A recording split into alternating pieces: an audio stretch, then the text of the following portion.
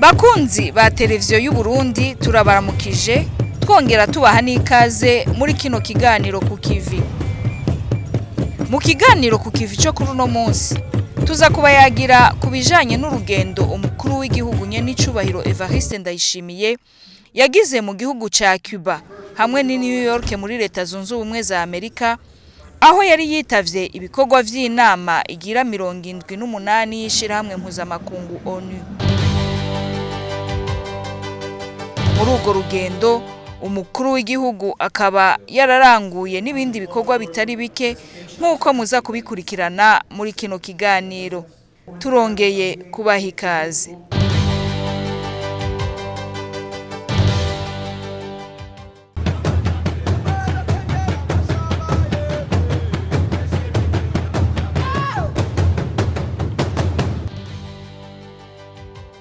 Kwigenekerezo rya 12 Nyakanga niho umukuru w'igihugu Nyenicubahiro Varisito Ndayishimiye ari kumwe n'umutambukanyi wiwe Nyenicubahiro Ndayishimiye yashika ila Havana muri Cuba, aho yari yitavye inama y'umugwi w'ibihugu vyo muri Afrika witiriwe G77 bifatanije n'Ubushinwa.